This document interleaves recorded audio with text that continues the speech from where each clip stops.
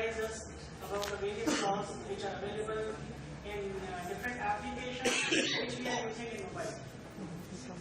Similarly, Mr. Gator also advised us regarding the IP spoofing. He demonstrated it, how we can use it for making fool of the ecosystem in which we are exchanging our information. Things will become more complex as the future things comes. Right now we are talking about applications like on the internet, maybe over mobile. But in future we will have Internet of Things. It won't be like right now we are just seeing few devices here which are connected on network with your laptops or mobile. But in future these fans, ACs, etc. will also be a part of this network. But this topic I am not going to cover this time because our theme is about the information security and cyber laws. Now, when we talk about the information, what do you understand by the term information security? Can I have the answer from the audience, please? What do you understand by the term information security? Like this seminar is all about information security. Right? So, can anybody tell what actually information security means to you? Actually, the security means to protect the data. Whatever we use in a social medium, we just protect the data. No one can access without any permission. So basically, the security means to take the protections level and data security which comes. Okay. Anybody wants to add to this? So it is a protect of sensitive data. Okay. So he talked about the we want it should be an authorized access, right? So whether it's a important data may be important for you, may not be important for others, right? So when we talk about the information security, there are three aspects. One is the integrity. So whenever we exchange information, the information should be integrated.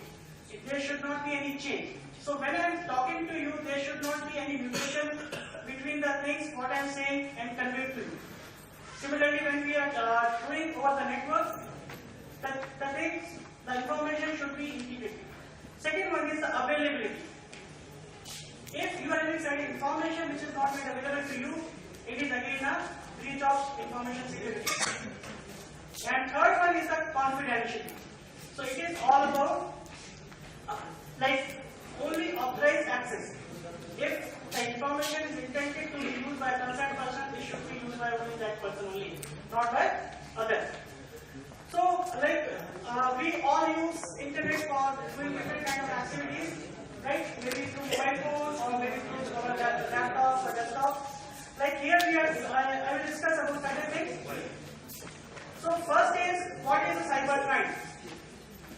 We are free to use cyberspace for different benefits, but when it becomes a crime. So when we do an unlawful act, which has been banned by the law of land, right? But when we talk of unlawful act, where the computer is either a tool or a target or both.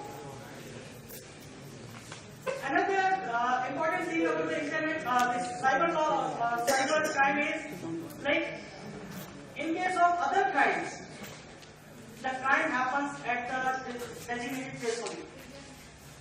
But in case of cyber crime, the person sitting in US or in China or in Brazil may do some crime, may have certain information which is say in India. That is why the knowledge of cyber crime, how to protect, is very important as a general public as well as a technical expert, which is because you all are going to serve this nation for quite long, right? So when we talk about the nature of cyber crimes, there are various categories, or we can subdivide the nature of cyber crimes into various subgroups. In India, first and foremost is the web defacement. We come across certain websites are hacked and they are defaced. So, second is scanning and probing of infrastructure.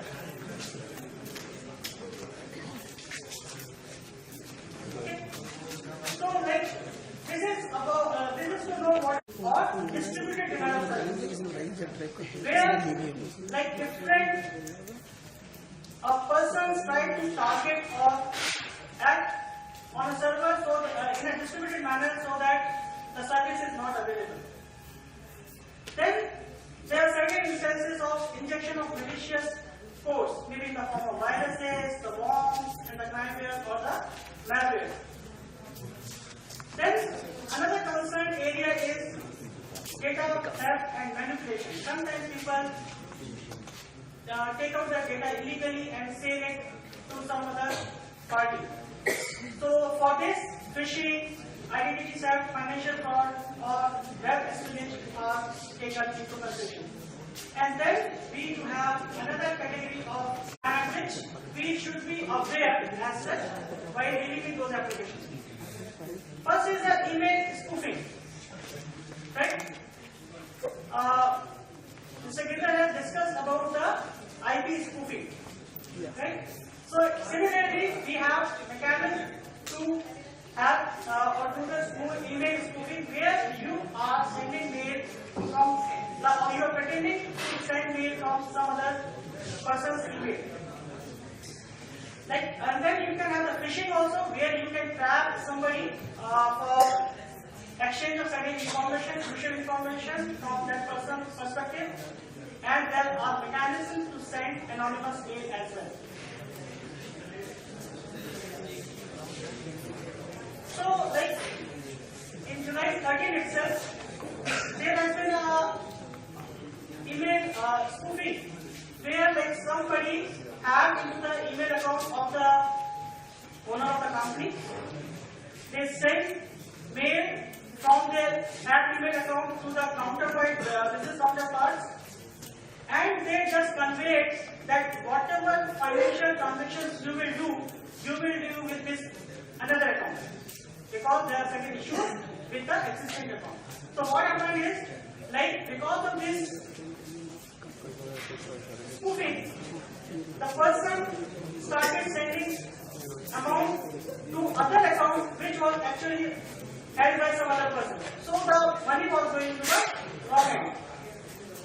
Similarly, there could be a phishing attack where you receive certain mails for exchanging of certain information for like your email account details, what is the password and other parameters, and then you can send anonymous email as well. There are certain sites which are freely available, you can access it and you can send anonymous mail. But Mr. Google has already told us like what things we should avoid while dealing with it. So if you wish, you can send anonymous mail to anybody. So it won't show from where the mail has come. So we have to be very careful about all these activities. Then sometimes we get phishing attacks also. There, like this kind of like generally what happens is you receive mail which says that you just go to the site and update, and they will provide you some hyperlink. And the situation could like maybe like this. So it seems the mail has come from Gmail. It's a Gmail. It seems to be a Gmail interface where I have to pass on the authentication parameters like username and password. But if you observe here, what is the address? It is some IP address followed by something. So what happens is, if you are not aware, if you are not following the basic instructions while using the IT application, you may be in trouble. So if you want to avoid or protect yourself from these phishing attacks, never get redirected from any mail which you receive in your mailbox. So just directly type the hyperlink. This is another site where somebody is trying to get the access to the ICICI account details. In general, it seems to be same. And if you see, if somebody creates a fish site, he will put say online SBI1.com. Right? By default it is online SBI. But because we are not reading it carefully, and we may get into trouble.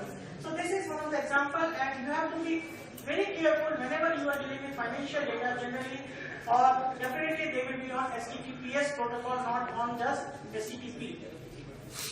And moreover, there will be a padlock which will give you information regarding the digital signature. or doing any financial transactions, especially. So slightly be careful while handling this application. So as discussed about the IP spoofing, so like where we are basically making fool of the people